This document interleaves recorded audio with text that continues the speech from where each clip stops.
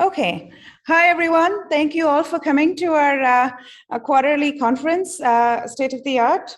Today, it's both our honor and our privilege to be hosting Eric Schmidt, the founder of Schmidt Futures and the former CEO and vice chairman of Google. I'm sure all of Eric really needs no introduction, but Eric is for the people who are wondering who he may be. Eric is a preeminent thinker, innovator, influencer in the world of computer science and AI. We're super honored and privileged to have him, he's actually been writing a lot of books lately. Some of them have been really interesting. We've got Eric from Stanford, who's actually going to be interviewing and talking to Eric. Eric's latest book, The Age of AI, is a fascinating read. It's co-authored with Henry Kissinger and Eric. Thank you both for coming and talking to us just before Christmas. Welcome. Take it away, Eric. Thank you so much, Bindu. We have a surplus of Erics here. I wasn't quite sure which Eric you were talking about at various times, but and Eric, it is such a delight always to talk to you. I always learn so much whenever we interact, and especially I got to compliment you on this book. I just finished reading it, and it is a page turner. I encourage people to take a look at it. It's filled with ideas, but it's also really very, very readable. And I read it basically in 2 sittings because it was fun to read. So today I want to ask you a few questions that came out of the book, and maybe go a little bit more broadly. First off, I mean, it's just an interesting set of authors: Henry Kissinger, Eric Schmidt, Dan Huttenlocher. You've worked with so many interesting people over the years. Tell us a little bit about how you came to write this book. Especially Henry Kissinger, but also Dan, and how it got started. Well, first, thank you for helping, Eric. Eric is my favorite economist because he's, in addition to being a really famous economist, he's also a computer scientist, and he's working on what happens as a result of the digital world. Bindu, of course, I've been friendly with the company for a long time, and thank you so much for organizing this event for me, for Eric, and for all of the audience. I met Kissinger maybe 13 or 14 years ago. When I was a boy, my father worked in the Nixon administration and admired Kissinger and said he was the most impressive human he had ever met. And even at the age of 98, Dr. Kissinger can run circles around anybody I know. And in his 90s, he got interested in AI, and in particular, the impact of AI on society. He had studied Kant, and as you mentioned, Eric, you had read his undergraduate thesis, which was immodestly on the future of the world. And so you can see the power of his intellect and his inspiration for understanding how does the world really, really work. So we set out with Dan Huttenlocher, who's a very, very strong machine learning vision scientist, who is now the head of artificial intelligence at MIT. Between the 3 of us, we played different roles. I tried to come up with scenarios for human interactions. Henry understood the history, and Dan, of course, got the computer science right. I think the book will stand the test of time for that reason. Well, thanks. That must have been a lot of fun. And let me, so in the book, you point out there are these 3 big challenges raised by AI. I'd like to touch on each of them. First off, you note that AI systems think very differently than humans, and that raises some interesting questions. As you know, are we advancing towards knowledge, or is knowledge now beginning to recede from us? Max Weber had this theory of the demystification of the world. He said that he was kind of disappointed that the world was becoming demystified of its mystery and richness, and disenchanted and disenchanting, predictable and intellectualized. But now, these systems they think so different than us. We have trouble even understanding them. They're solving problems, and humans maybe don't understand what's going on. Tell us more about what you mean about this potential reversal of Max Weber's demystification of the world. So, most people, when they think about AI in terms of killer robots they've seen in movies. And that is precisely not what we're talking about. What we're talking about are the development of systems that are largely software with specialized hardware that help us get through life. And the gains will be extraordinary. In science, which I've been doing a lot of funding in, the ability for us to understand how biology works by taking an AI system and saying, this is how the system started and this is how it ended. How did it go from A to B? How did this transition occur and why in a reproducible way will allow us over time to accelerate huge gains in human health, drug discovery, that kind of thing. In the book, we mention a drug called Halocin, which is a drug that was designed to find a general purpose antibiotic that was different from the others. So what they did is they had the computer system look through 100 million compounds and figure out how these compounds interacted with each other with respect to this antibiotic resistance. And then they had another network which figured out which candidates were different from the existing antibiotics. These are systems that could not have been done by humans alone. So this is the probable future path for the great gains in AI. Will be very, very clever algorithm design with the scientists and the computer scientists and so forth trying to solve a problem. And there's lots and lots of areas where this will be true. And then, of course, the application. These are humans working with non-human intelligence. The problem is that this non-human intelligence will interact with us too. Since the non-human intelligence cannot explain itself. If you ask the computer, why did you make this recommendation? It goes, it also makes mistakes, and it's also constantly learning. What happens if it learns something that's wrong? So we have an ethics problem of enormous implications because of the impact that these things will have on humans, let alone the impact humans have on them or they. Yeah, and you talk about how it changes our identity and the way we interact with it, and that in many ways these black box algorithms can't easily be monitored or observed. How can we address that? Should we try to work to have more transparency in the algorithms, especially when they're making important, even life and death decisions? And is there a way to do that, or is it sort of game over? Well, first place, there are many, many people working on these transparency, so-called explainability problems in AI. But Dan would say, from his vantage point at MIT, that we may never get full explainability, but your teenager doesn't explain themselves either. Yeah. Right. Rather, it has to do with putting some limits on the boundaries of the choices. In other words, the brittleness on one side or the other. So we may solve this problem, but not in the obvious way. We may have to accept that we cannot explain how the systems work precisely, but that we know and we can prove that they operate within this bound. And that's probably the best that we're going to do for a while. Now, all bets are off.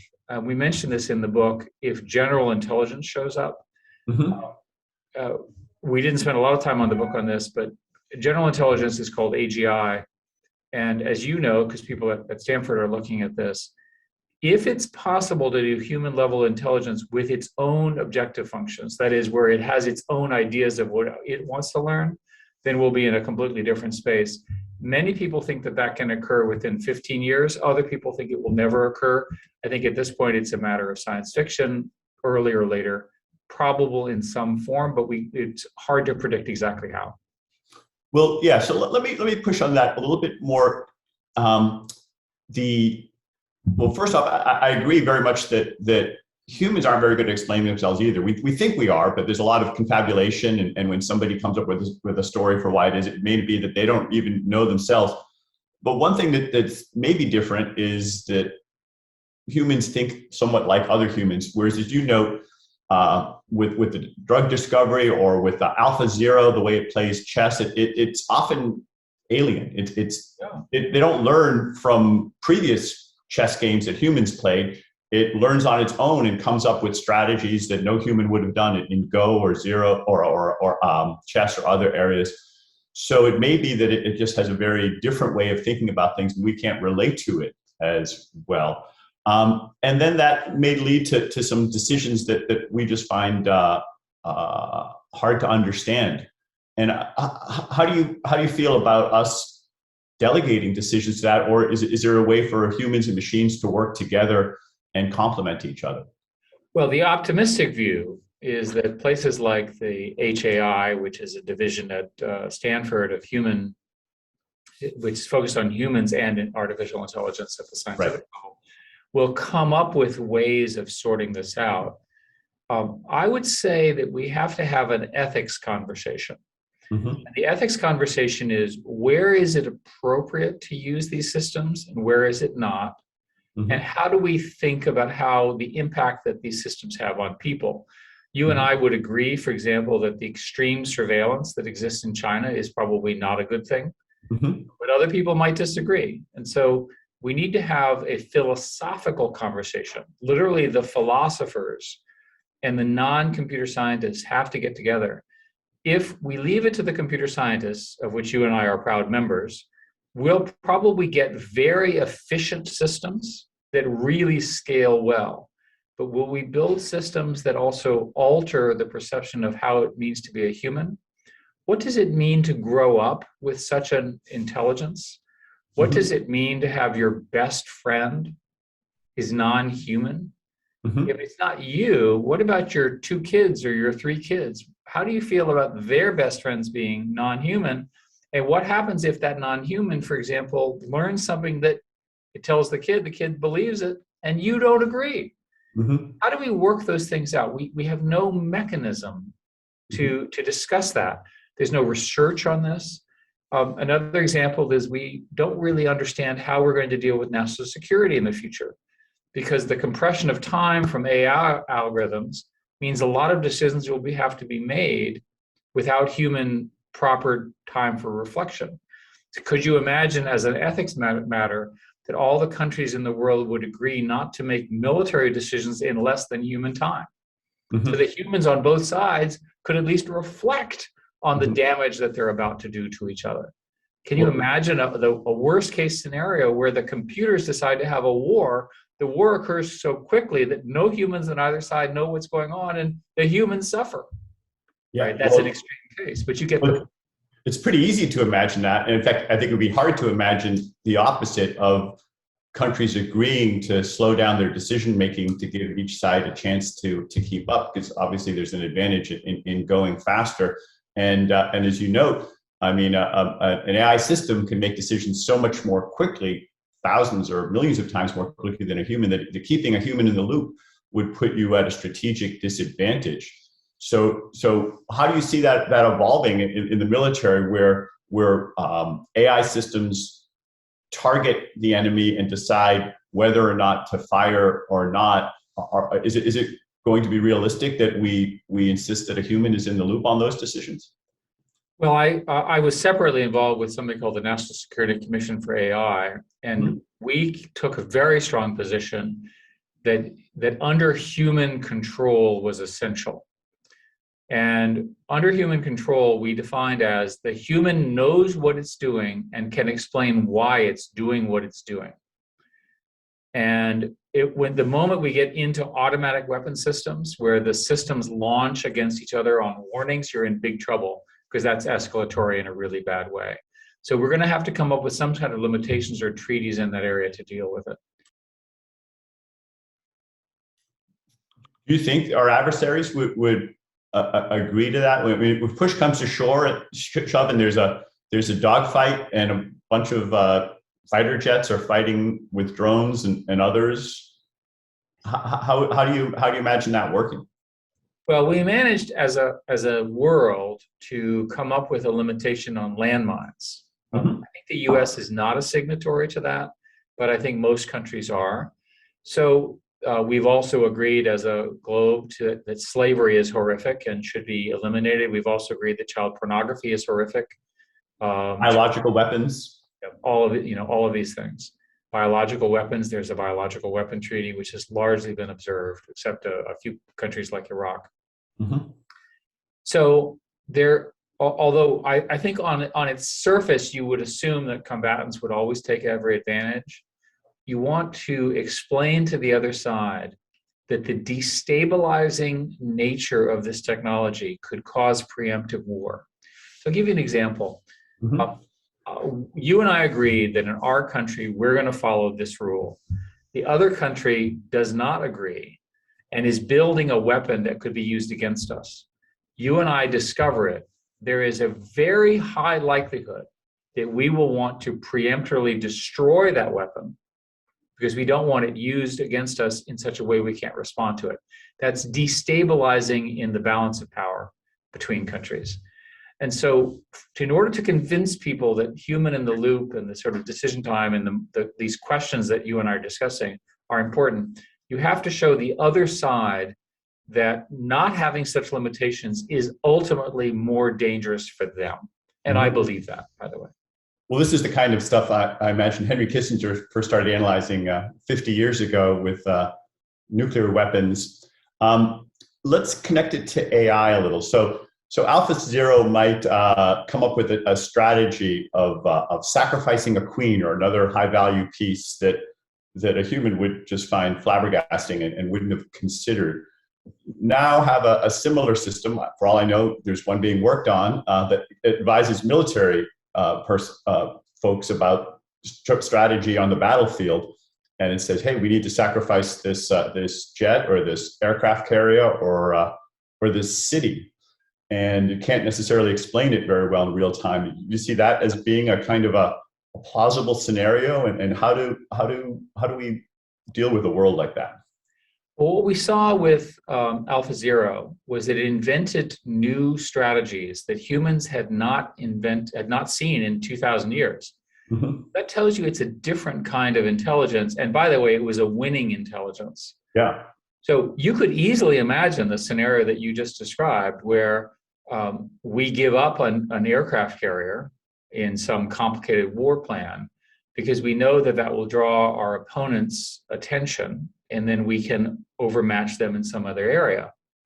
What is the moral basis for sacrificing one of your ships for the betterment of mankind, let alone allowing civilian deaths, which are against military doctrine and law? I don't think we know how to resolve those ethical questions. These are the kinds of ethical questions that AI is going to bring to us in daily life that we don't have a framing for. We don't have an understanding. People are still looking for a doctrine around cyber. Mm-hmm. If there's a cyber war, how does it end? What is the appropriate response? If somebody attacks you with a cyber attack, and then you attack kinetically, that is with a bomb that kills people, mm-hmm. is that an appropriate or an inappropriate response?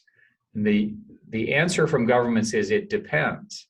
Mm-hmm. Because of the timing of how quickly these things can occur, it depends is not a good enough answer, because you may not have time to think about it. So Dr. Kissinger in 1955 started working on a project that was at MIT and Harvard. He talks about this a lot, where the eminent physicists and scientists of the time got together with the historians and the public policy people, and they developed what we know of today as mutually assured destruction. Right. And the idea of mutually assured destruction was that however mad you are at me, if you do something bad, you will suffer more than I. And that then developed the notion of the moment the one set of missiles are launched and confirmed, then you launch the counterattack and so forth. So similar doctrines will probably emerge in this AI problem, with one difference, and this is important, and we mentioned this in the book, that software is not like nuclear weapons. Software has a natural proliferation because the ideas are relatively easily understood.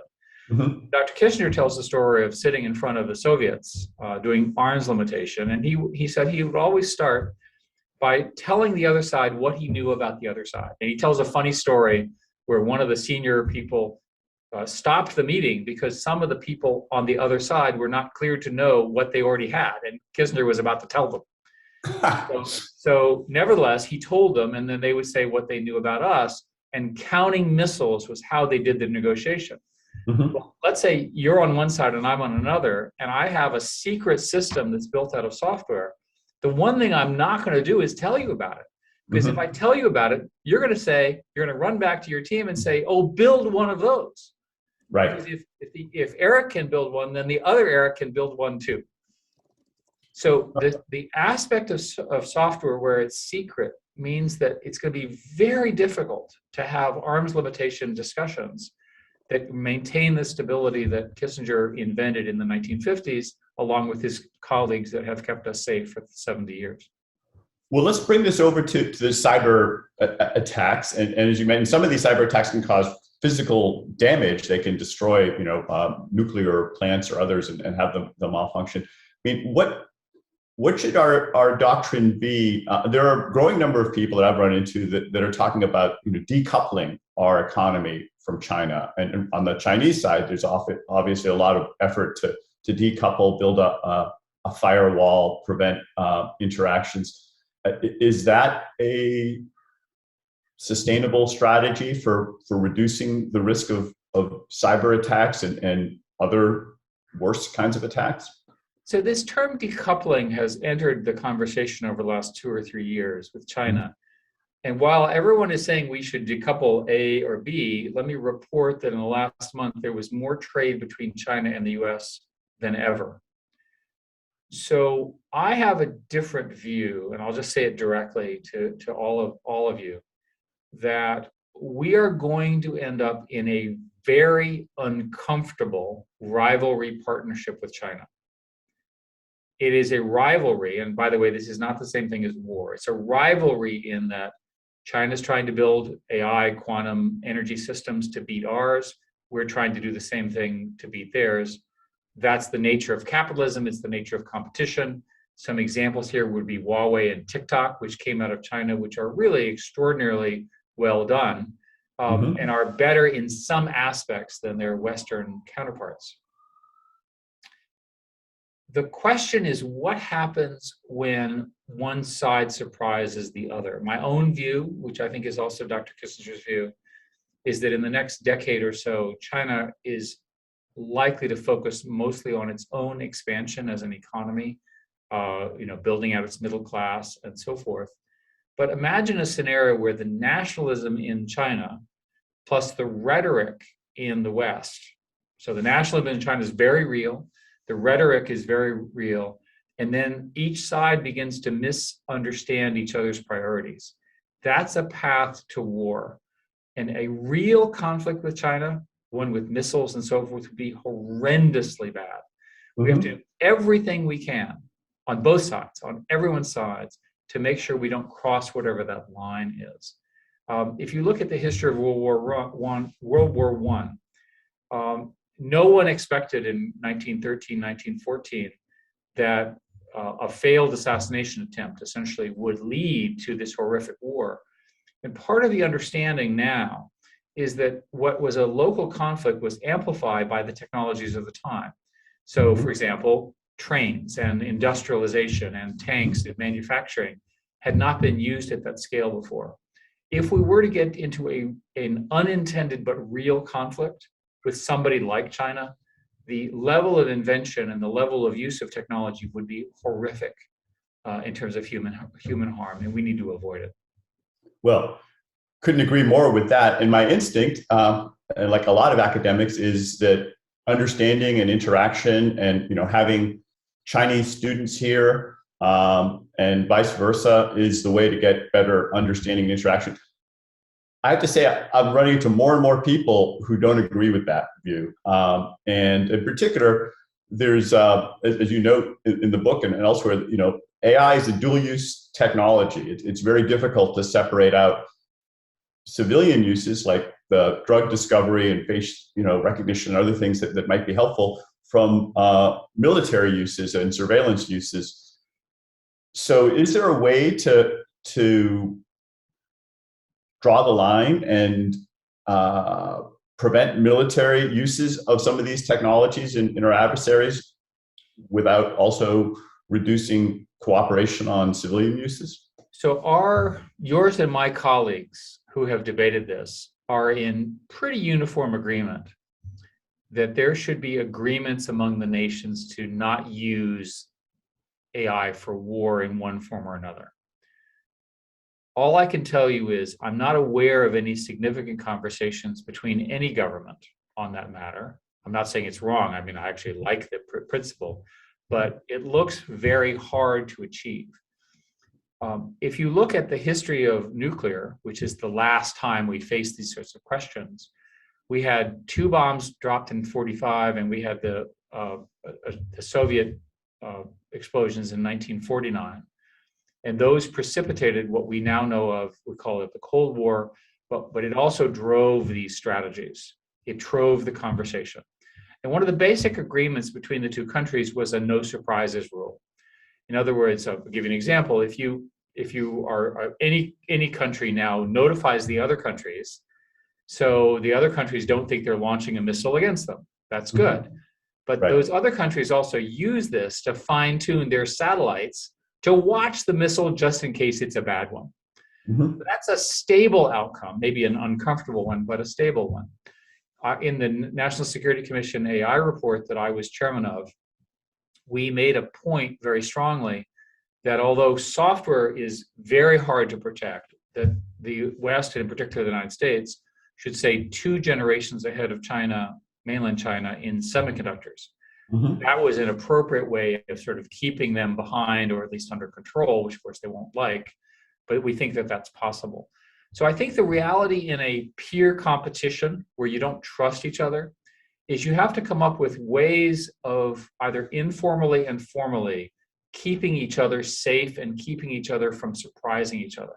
That's why I'm so concerned about this compression of time. Yeah. Well, there's a lot more we can talk about that, and it's fascinating in the book, and you and Henry Kissinger have thought deeply about it. But let me pivot to some other topics. You touch on the Turing Test and the effects on work and the future of work. The Turing Test is this idea that machines can mimic or be similar or indistinguishable from humans. What do you think of that as a test of intelligence? What are some of its weaknesses? And in particular, you touch on augmentation rather than just replacement. How could we encourage computer scientists and others to focus more on enhancing humans rather than mimicking them? Well, we start with a sort of bias, and that bias is that the most likely outcome is humans and these AI systems working together for whatever their objective is. And you are a far better expert on labor force and labor force participation, but one of the things that I've learned from you is that the automation that occurs tends to automate out the boring and repetitive jobs in humans. And at least for a while, let's assume that doctrine, which I think is yours and the majority of the view of economists that I know is true, then that says that you have a problem and an opportunity. The problem is that jobs which are essentially boring to humans but necessary, I'll give you an example, security guards, people watching things, routine paperwork, things which can be automated, those jobs will go away and they will be replaced by other jobs. How do we get the humans to the jobs that they get that are new better? And my answer is human-computer partnerships. And my argument is pretty simple. If you've got a human and they've got a computer assistant, they're going to be better, which ultimately means smarter, which ultimately means make more money than the human without it. There's lots of evidence, and again, you are the expert here, that in the last couple of decades, people who work with computers have higher wages. We need to make sure that the systems that we produce operate that way. Let me turn the question back on you. Can you revise what I just said with the facts of the day? Do you still believe that that's how the scenario will go? I think it's a choice. I think it's not inevitable either way. And one of the concerns I have is that a lot of my computer scientist friends who are super smart have implicitly or explicitly made replacing humans as part of the goal. They see the Turing Test. It's a great, kind of iconic description. And also, in a way, it's a lot easier to tell a grad student, here's a human who can pick up a pencil or who can write a story or do this other thing. See if you can make a machine that does the same thing.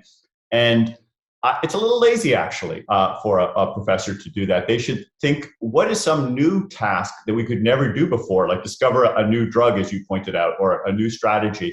And how can the human and machine work together to do something different, rather than how do we define a set of tasks that humans are already doing to mimic them? Either one of those could lead to productivity, and in some cases, as you note, especially if it's a boring, unpleasant task, it's great to replace it.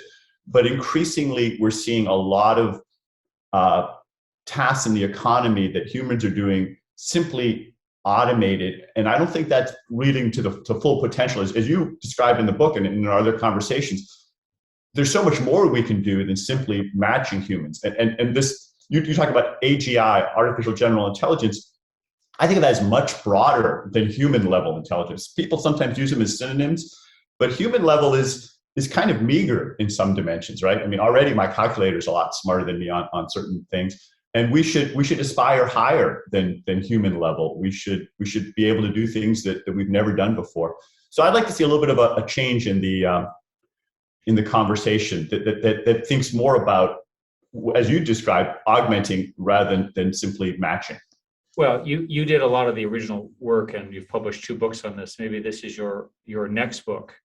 Explores this question. But I agree with your premise that right now we're obsessed with human-like intelligence because humans have never had a human-like intelligence that was a peer. Right. Eventually, maybe our successors, maybe in our lifetimes or our successors, the standard will be how do we maximize its intelligence for benefit, which is quite different from human intelligence. Exactly. The fact that it's human-like is simply a shorthand for different and powerful. Human-like used to be sort of the epitome, and I think now we see that, oh no, with AlphaZero and a lot of other things, you can go way beyond it. And also, perhaps more subtly, it's multidimensional. There's not a single spectrum.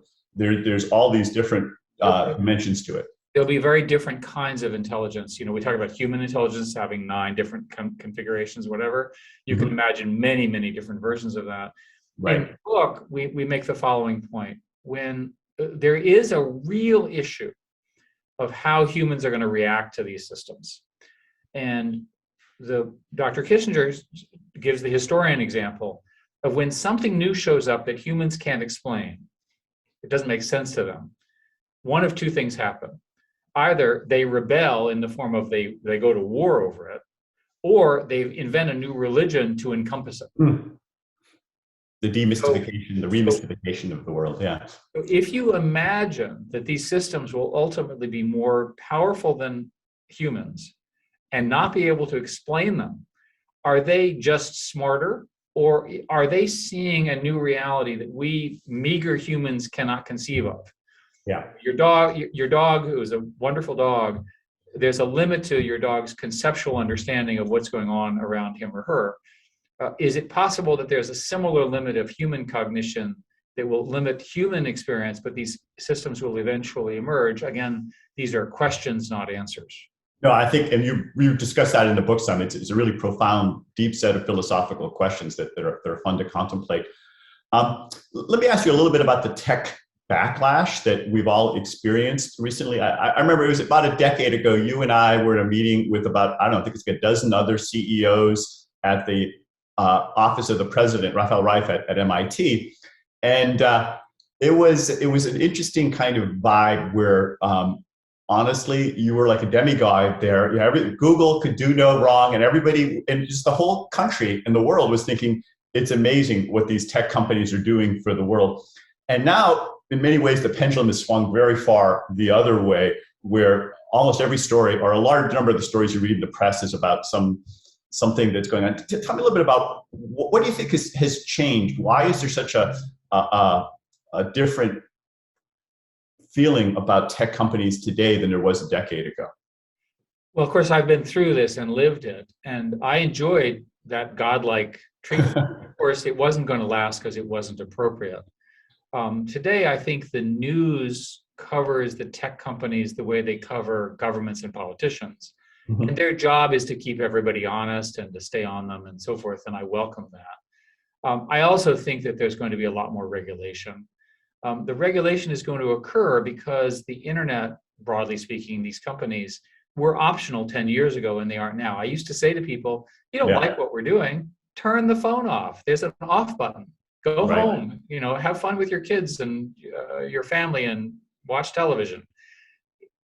Post-pandemic, that answer is no longer acceptable. No, thank God that we had tech companies during the pandemic, because many of us could continue, not everyone, but many of us could continue life, great. We get our stuff delivered from Amazon. We're on, Zoom and Google Hangouts, and we've been able to continue our lives pretty well.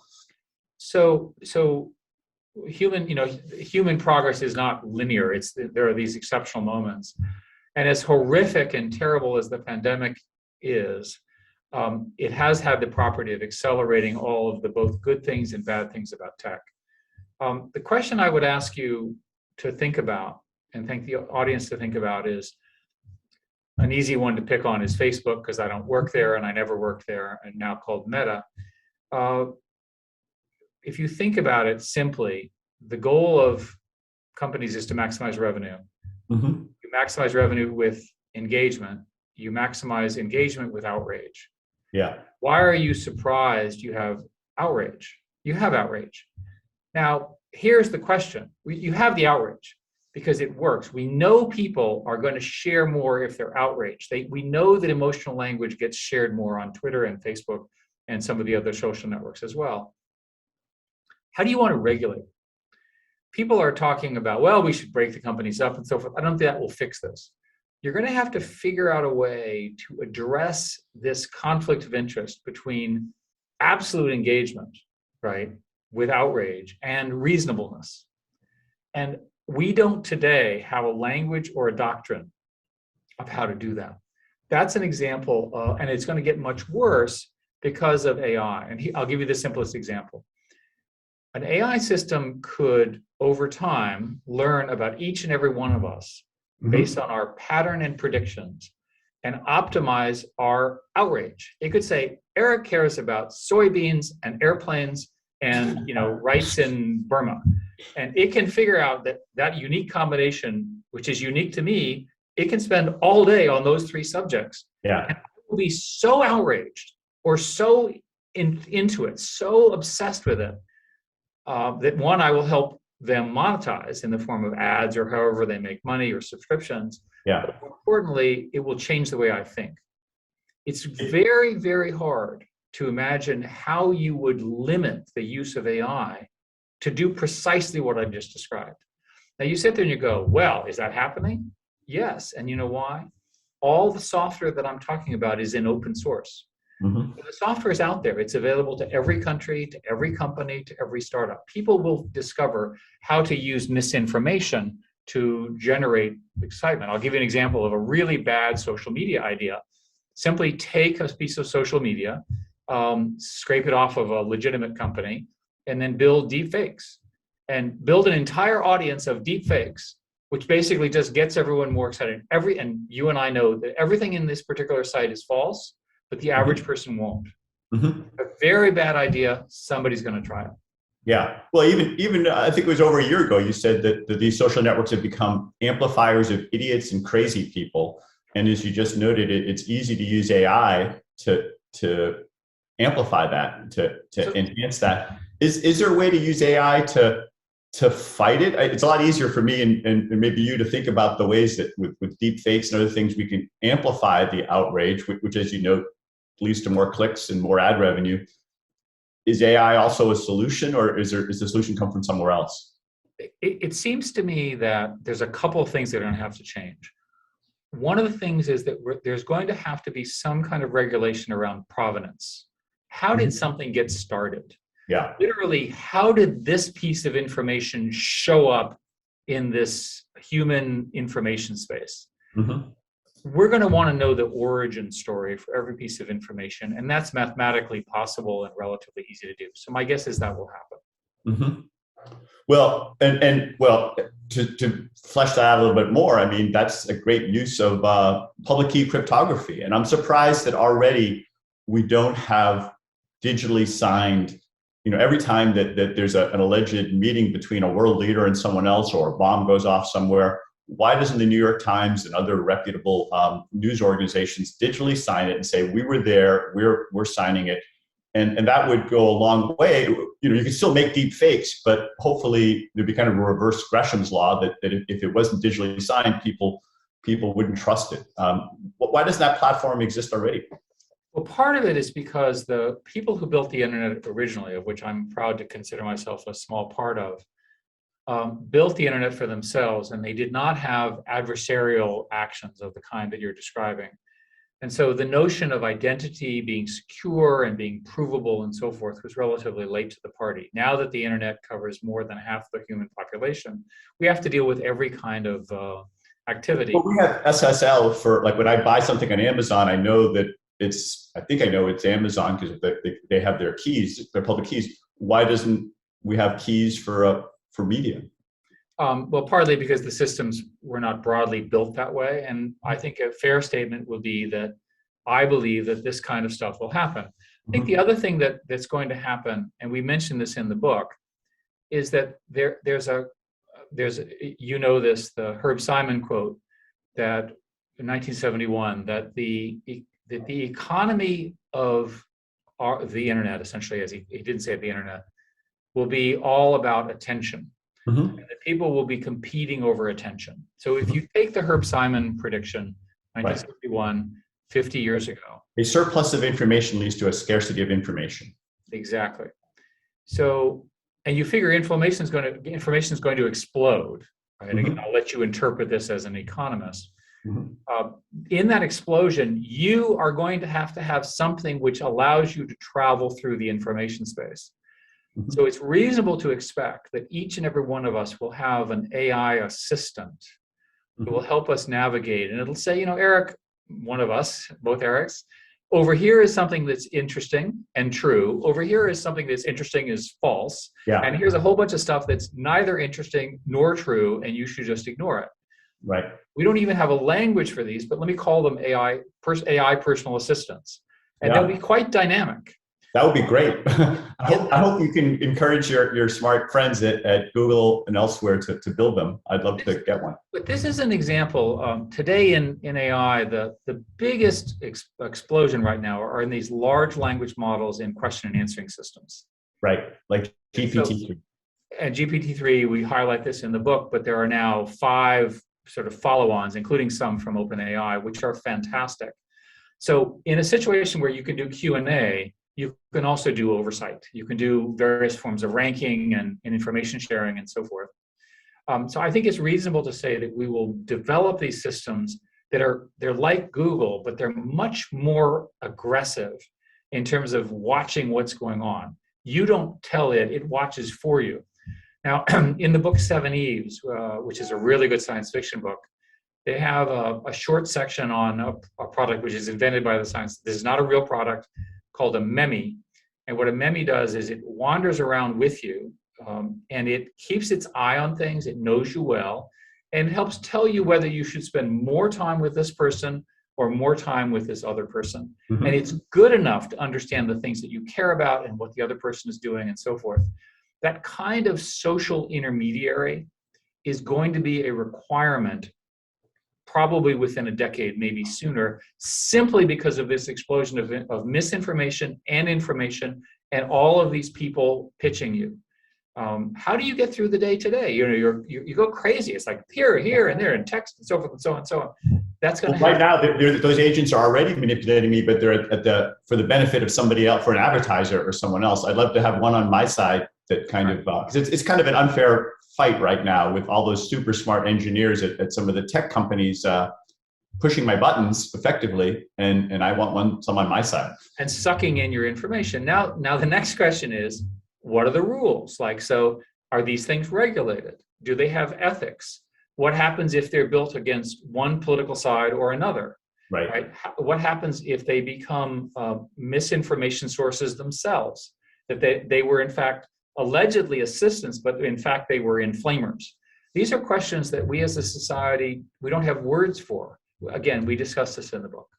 Yeah, well, I mean, I know you spend a lot of time and energy on your philanthropy now. Is this one of the things that you're supporting either through the Schmidt Science Fellows or some of the other things? Are you trying to steer technology towards these kinds of more benevolent outcomes?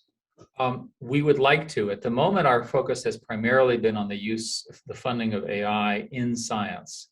And I can tell you that this generation of graduate students who in science do most of the work are now so machine learning and AI trained that they really are beginning to see the gains.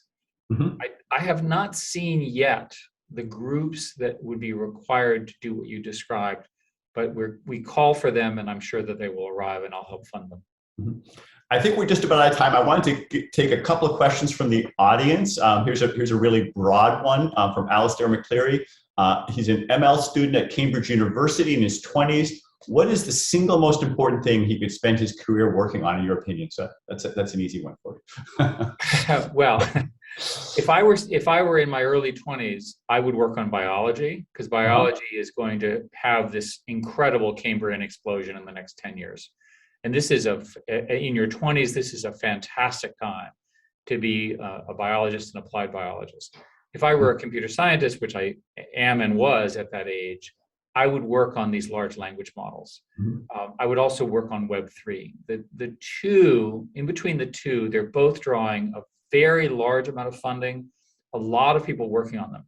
In the large language models, they are systems which, you know this because Stanford actually issued a book-length analysis of them, foundational models, what have you. They, instead of programming them to learn something, they learn something, and then you try to figure out what they know. And that's really interesting as a computer scientist. With respect to Web3 can be understood as adding the concept of ownership to the internet. When we built the internet, we didn't have a strong notion of identity and ownership, and we're dealing with the consequences of that. But I want to run the experiment as a society where we own our own content as opposed to owned by somebody else. And we can decide whether we want to license it or give it away or retract it or whatever, and it's authenticated to us. And it can help. That's a different computational model. It's a different information model, and I think it's very powerful. And maybe it can help with that provenance question that we talked about earlier. Like is this authentic? Who's responsible for it, and who's not, and keep track of all that. One more question. This one from Yanis Sigalis. Should election systems be digital or analog? And there is this concern about these systems affecting our elections, both in terms of the information we get, but also even just the integrity of themselves.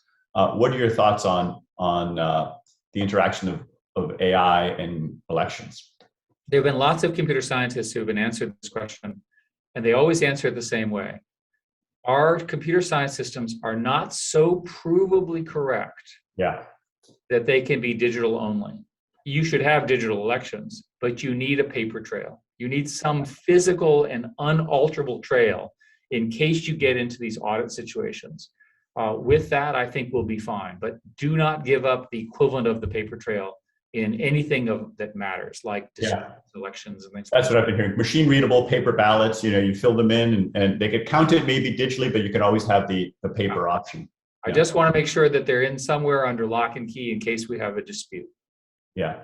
Well, thank you, Eric. There's so much more we could talk about. This is absolutely fascinating. Again, I encourage everyone to take a look at this book. I mean, it's filled with really interesting insights, but I also have to say it's extremely readable. And so I think once you pick it up, you'll have fun reading it like I did.